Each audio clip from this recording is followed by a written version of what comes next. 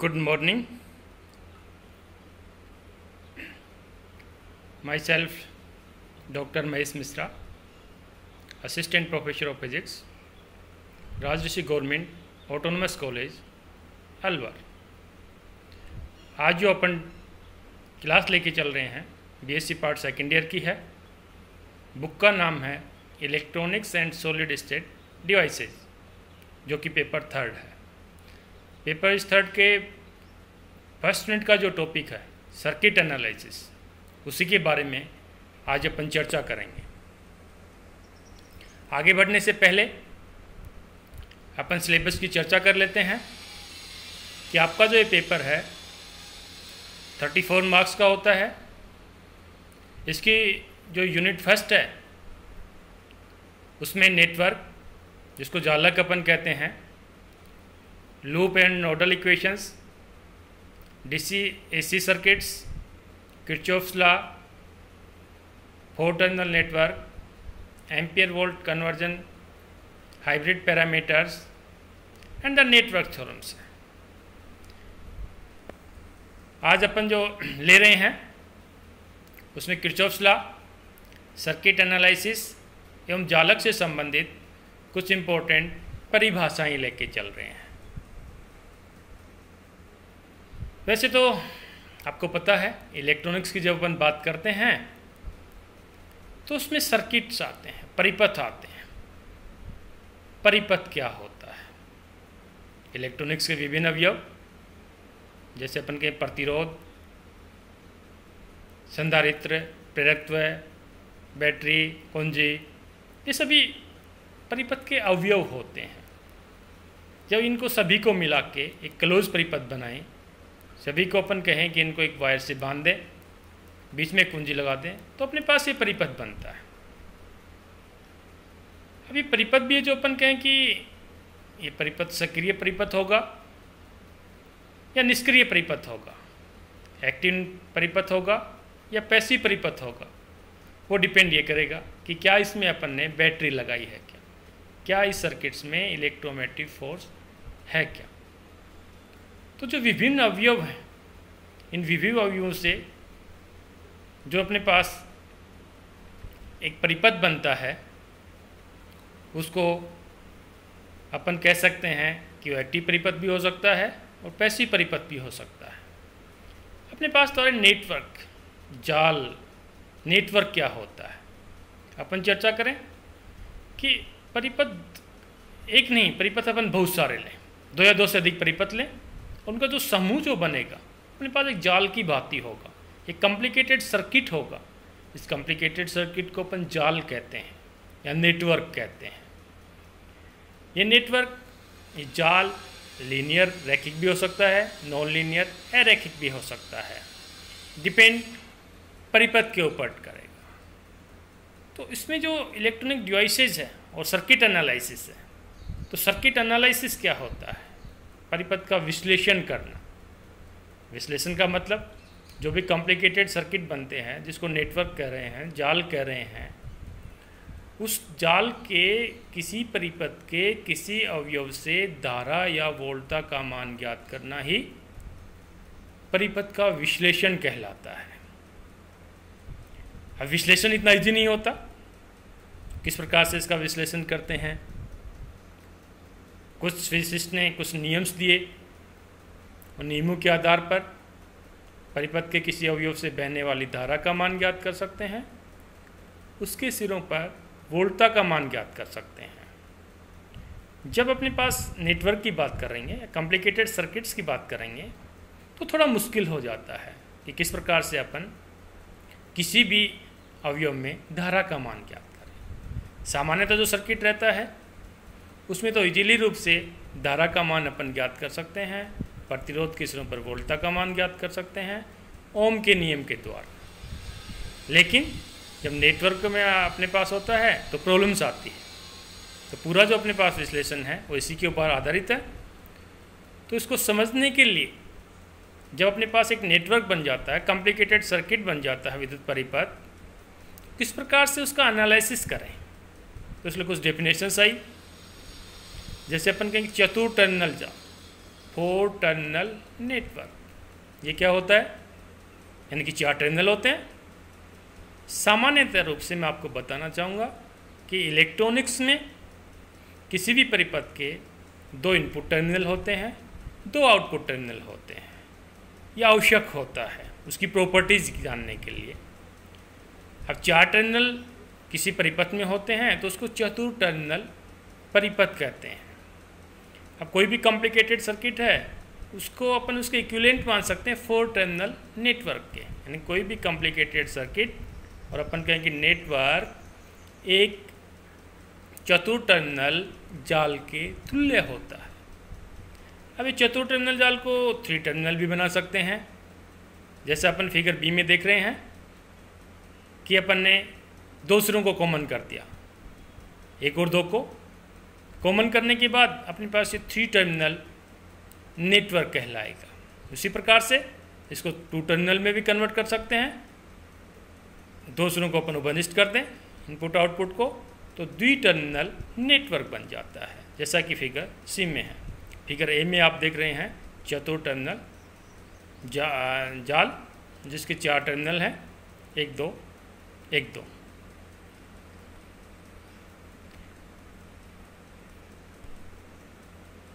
अब अपन आते हैं इलेक्ट्रिक सोर्सेज के बारे में कि परिपथ में इलेक्ट्रोमैग्नेटिक फोर्स जो लगाते हैं या बैटरी जो लगाते हैं वो 2 प्रकार के सोर्सेज हो सकते हैं।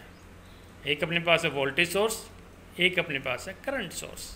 वोल्टा स्रोत, धारा स्रोत, दोनों एक दूसरे को इंटरचेंज भी कर सकते हैं।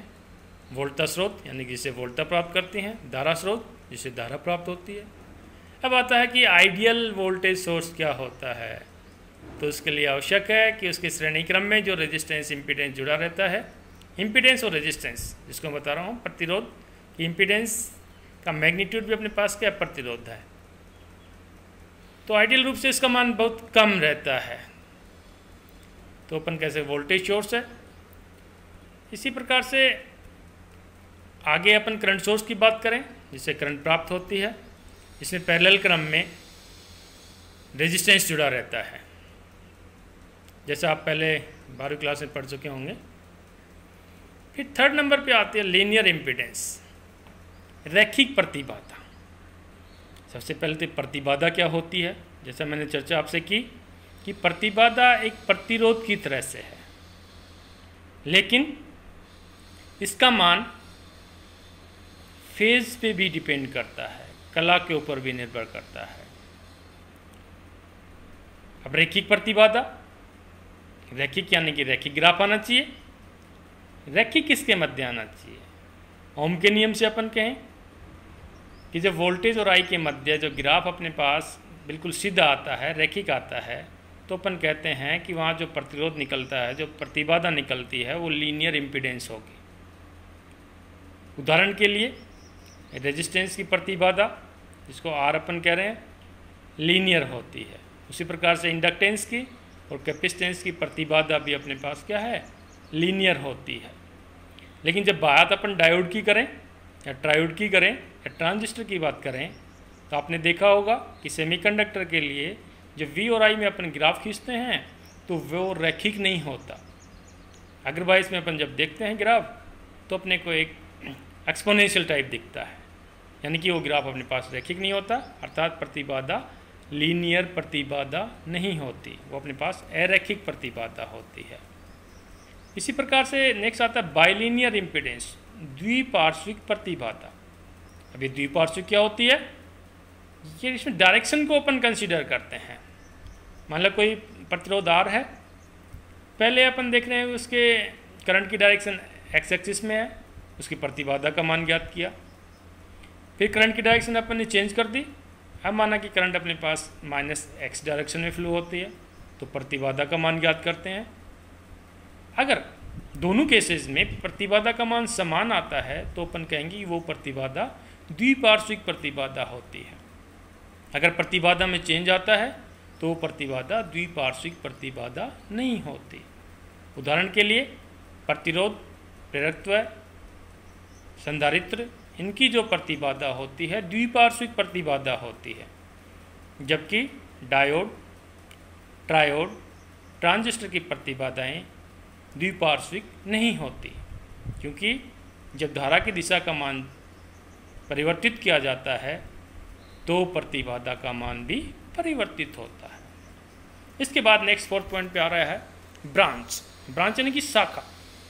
जब नेटवर्क की अपन बात कर रहे हैं, जालक की जब अपन बात कर रहे हैं, तो चित्र में आप देख रहे हो कि यहाँ पे अपने पास 3 सर्किट्स हैं और पूरा अपन देखिए एक नेटवर्क बन गया। तो ब्रांच क्या होती है, शाखा क्या होती है? तो मैं बताना चाहूँगा कि किसी भी नेटवर्क का वह अवयव जिसमें बहने वाली धारा का मान समान हो, वो उस परिपथ की ब्रांच कहलाती है, शाखा कहलाती है। जैसे अपन देखें कि ए के बीच में प्रतिरोध जुड़ा हुआ है, तो इसमें जो धारा बहेगी समान बहेगी। फिर अपन देखें बी से एफ, इसमें जो धारा बहेगी समान बहेगी। बी से सी, इसमें जो धारा बहेगी समान बहेगी। सिमिलर सी डी सी ई। तो यहाँ पे ए बी भी शाखा है, बी एफ भी शाखा है, बी सी भी शाखा है, सी ई भी शाखा है, सी डी भी शाखा है। यानी कि वह अवयव जिसमें बहने वाली धारा का मान समान हो, वो एक शाखा कहलाती है। तो यहाँ पे अपन जनरली देख रहे हैं कि कुल ब्रांचेज अपने पास 5 है। फिर अपने पास आता है नोड। नोड जिसको अपन संधि बिंदु कहते हैं, संधि कह सकते हैं। नोड क्या होता है? संधि जंक्शन जो अपन जानते हो कि 2 या 2 से अधिक पॉइंट्स जहाँ पर मिलते हैं, नेटवर्क के रेस्पेक्ट में अपन कहेंगे कि किसी जालक की 2 या 2 से अधिक ब्रांच जिस बिंदु पर मिलती है वो एक नोड कहलाता है। जैसे अपन कहें कि branch A B, branch B F का कॉमन पॉइंट कौन सा है? B point. तो बी एक अपने पास क्या है? संधि बिंदु है या नोड पॉइंट है। इसी प्रकार से सी बी अपने पास है, सी के ऊपर 3 शाखाएं मिल रही है, सी एक नोड है। ई और इसी प्रकार से एफ है, इसमें अपने पास ब्रांचेज अलग अलग मिल रही हैं। अपन देख रहे हैं कुछ एक कॉमन नोड्स हो जाते हैं, पूरी आगे अपन देखेंगे। फिर अपने पास आता है मैश या लूप। लूप और मैश सबसे इम्पोर्टेंट है, जिसका अपन जिक्र बार बार करेंगे। लूप क्या होता है? यानी कि लूप का मतलब अपन बंद आकृति की अपन बात कर रहे हैं, बंद परिपथ की अपन बात कर रहे हैं। उपरोक्त नेटवर्क में अपन देखें कि यहाँ पे अपने को 3 बंद परिपथ दिख रहे हैं, 3 परिपथ दिख रहे हैं जो कि क्लोज्ड हैं, बंद है। लूप या मैश का मतलब क्लोज से संबंधित है, जुड़े हुए रहना चाहिए और डिफरेंट ब्रांचेज होनी चाहिए। तो यहाँ पे कुल लूप्स जो अपन देख रहे हैं, जिसको मैश भी अपन कहते हैं, यहाँ 3 लूप दिखाई दे रहे हैं। और सामान्यतः अपन कहें कि एक लूप और बन जाता है, बीच की 2 ब्रांच हटाते हैं, एक लूप अपने पास और बन गया, 4 लूप। तो अपन कह सकते हैं 4 लूप है यहाँ पे। 1 2 3 तो क्लियर दिख रहे हैं। अगर बी एफ और सी ई ब्रांच को अपन हटा करके देखें एक बार, तो यहाँ अपने पास एक लूप बन जाता है, ए से डी और डी से फिर बैटरी की तरफ आ गया, तो ये भी अपने पास एक लूप है। कुल 4 लूप बन जाते हैं। लूप का मतलब फिर क्या होगा? Closed path formed by different branches in A circuit is called loop. Circuit analysis में सबसे इम्पोर्टेंट जो अपने पास नियम आता है, वो तो अपन कहें कि ओम का नियम है, जो कि इलेक्ट्रॉनिक्स में सब जगह काम करता है। लेकिन उसकी कुछ लिमिटेशंस अपने पास हैं कि सामान्यतः सर्किट के लिए अपन यूज़ कर सकते हैं, इजी सर्किट है यूज़ अपन कर सकते हैं। लेकिन जब कॉम्प्लिकेटेड हो जाता है तो फिर अपन कैसे उसका एनालिसिस करें? तो सबसे पहले किरचॉफ ने कुछ नियम दिए परिपथ के विश्लेषण के लिए। किरचॉफ ने जो नियम दिए वो किरचॉफ्स लॉ कहलाते हैं। जैसा आपने 12वीं क्लास में पढ़ा होगा, किरचॉफ ने 2 नियम दिए थे। पहला नियम current law, Kirchhoff first law. Second law voltage law, Kirchhoff second law. इसकी अपन चर्चा करेंगे। फर्स्ट पहले लॉ की कि किरचॉफ का पहला नियम कौन सा है, जिसको धारा का नियम भी कहते हैं। किरचॉफ के इस धारा के नियम के अनुसार कि किसी विद्युत परिपथ के या किसी जाल के संधि बिंदु पर मिलने वाले कुल धाराओं का बीजगणितीय योग 0 होता है। या अपन कहें कि algebraic sum of electric current at any node or junction of any network is always 0। Mathematical रूप से अपन लिख सकते summation of I is equal to 0। Node point के लिए अपने पास है, संधि बिंदु के लिए अपने पास है। जैसे अपन इस डायग्राम में देख रहे हैं कि O एक संधि बिंदु है, नोड पॉइंट्स है, जिसमें डिफरेंट डायरेक्शन से करंट्स अपने पास आती है। कुछ धाराएं अंदर की तरफ आ रही है, कुछ धाराएं बाहर की ओर जा रही है। तो किरचॉफ के फर्स्ट लॉ के according summation of I is equal to 0। अब इसमें देखें कि कुछ धारा अंदर आ रही है, कुछ एक धाराएं बाहर जा रही है। तो मान लेते हैं कि अंदर आने वाली धाराओं को पॉजिटिव साइन ले, बाहर जाने वाली धाराओं को नेगेटिव साइन ले सकते हैं। तो अपन देख रहे हैं कि अंदर आने वाली धाराएं I1 है, I5 है, बाहर जाने वाली धाराएं I2, I3 और I4 है। इन सब का अलजेब्रिक सम करें। अलजेब्रिक मतलब प्लस माइनस दोनों हो सकते हैं, बीजगणितीय योग जो कि शून्य आता है। तो I1 minus I2 minus I3 minus I4 plus I5 is equal to 0। और अपन लिख सकते हैं I1 plus I5 is equal to I2 plus I3 plus I4, यानी कि अंदर आने वाली धाराओं का योग बाहर जाने वाली धाराओं के योग के बराबर है। नोड के ऊपर किसी प्रकार का कोई चार्ज कलेक्ट नहीं होता। तो किरचॉफ का जो फर्स्ट लॉ जो कि धारा का नियम है, उसमें एक फिजिकल क्वांटिटी कंजर्व रहती है। वो कौन सी राशि है? चार्ज। ये चार्ज कंजर्वेशन लॉ इसमें लागू होता है, क्योंकि इसके इक्विवेलेंट है। या अपन कहें कि नोड बिंदु पर आने वाली धाराओं का योग और नोड बिंदु से बाहर की ओर जाने वाली धाराओं का मान समान है। अर्थात जितना चार्ज आया उतना ही चला गया।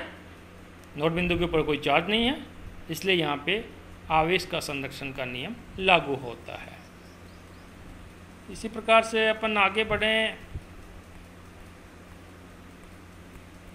किरचॉफ सेकंड लॉ, जिसको वोल्टेज का नियम भी कहते हैं, ये अपन जो लूप की बात की, वो लूप यहाँ पे काम में आएगा।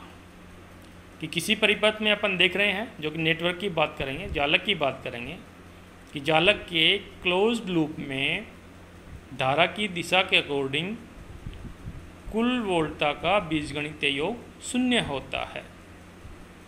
लेकिन डायरेक्शन, एक निश्चित दिशा, डायरेक्शन अपने को चूज करनी पड़ेगी, क्लॉकवाइज डायरेक्शन या एंटी क्लॉकवाइज है। उन सभी जो धारा की दिशा के अकॉर्डिंग जितने भी अपने पास अवयव आएंगे, वहाँ पे जितना वोल्टता पतन होगा, उन सभी वोल्टता पतन के योग का मान शून्य होगा। गणितीय रूप में अपन लिख सकते हैं कि summation of E is equal to summation of I R. आर अपने पास डिफरेंट हो सकते हैं, बहने वाली धारा डिफरेंट हो सकती है, उन सब का योग शून्य होगा, अपन निकाल सकते हैं। इसमें जो अपन देखेंगे कि वोल्टता की जो अपन बात कर रहे हैं, तो वोल्टता ऊर्जा से संबंधित है। तो जिस प्रकार से इसके प्रथम लॉ में आवेश का संरक्षण होता है, उसी प्रकार से इसके द्वितीय नियम में ऊर्जा का संरक्षण होता है। कैसे? कि बैटरी से मान लीजिएगा अपने जितनी करंट दे रहे हैं, जितनी एनर्जी दे रहे हैं, वो एनर्जी उस परिपथ के विभिन्न अवयव में वोल्टता के मान के समान होती है, वोल्टताओं के योग के मान के समान होती है। यानी कि बैटरी से जितनी अपने पास ऊर्जा जा रही है, वो ऊर्जा उसके विभिन्न अवयवों में कलेक्ट हो रही है, तो कुल ऊर्जा कंजर्व रहती है। ये नियम अपने पास बार बार काम में आएगा, जो कि जो परिपथ का एनालिसिस अपन करेंगे उसमें काम में लेंगे। तो वोल्टता का जो ये नियम है, आपको लिखना भी आना चाहिए कि इक्वेशन किस प्रकार से अपन लिखेंगे। अब किरचॉफ के लॉ में लूप इक्वेशंस आती है, लूप समीकरण, लूप्स बनते हैं। चित्रानुसार है लूप देख रहे हैं आप इसमें, और करंट की डायरेक्शन भी अपन कहें कि क्लॉकवाइज मैंने ले ली। दो बैटरी इसमें लगी हुई E1 E2, दो प्रतिरोध लगे हुए हैं R1 और R2। तो किरचॉफ के द्वितीय नियम के अकॉर्डिंग कुल वोल्टताओं का बीजगणितीय योग शून्य होता है। और डायरेक्शन ऑफ करंट अपने पास क्या वो इम्पोर्टेंट है कि उसी दिशा में चलना चाहिए।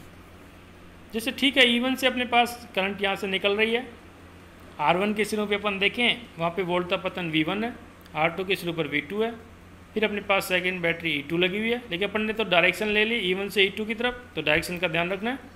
फिर अपने पास E1 की तरफ आ गए। तो इसका जो समीकरण लिख रहे हैं क्यों प्लस से माइनस, तो प्लस से माइनस हायर वोल्टेज से लोअर वोल्टेज, तो प्लस V1। फिर दूसरे में अपन देख रहे हैं R2 के इसके ऊपर वोल्टेज V2 है, वहाँ भी प्लस से माइनस है, यानी कि हायर वोल्टेज से लोअर वोल्टेज है, तो साइन अपने पास प्लस है, प्लस V2। फिर अपन आ रहे हैं E2 बैटरी जिसका प्लस सिरा माइनस सिरा, यानी कि हायर वोल्टेज से लोअर वोल्टेज, प्लस E2 आ गया। आगे अपन देख रहे हैं E1 में जो अपन आते हैं डायरेक्शन के अकॉर्डिंग, पहले माइनस साइन है फिर प्लस है, यानी कि लोअर वोल्टेज से हायर वोल्टेज। तो यहाँ पे जो साइन अपने पास जो पहले आता है, प्लस है तो प्लस है, माइनस है तो माइनस, यहाँ पे माइनस रहा तो minus E1 is equal to 0। आगे अपन इसको ऐसे भी लिख सकते हैं, इसका जो समीकरण करेंगे कि E1 minus E2 is equal to V1 plus V2, कि दोनों बैटरियों से अपने पास जो ऊर्जा निकल रही है वो R1 और R2 के सिरों पर उत्पन्न वोल्टता के मान के समान होती है, जो कि किरचॉफ का द्वितीय नियम है। Thank you.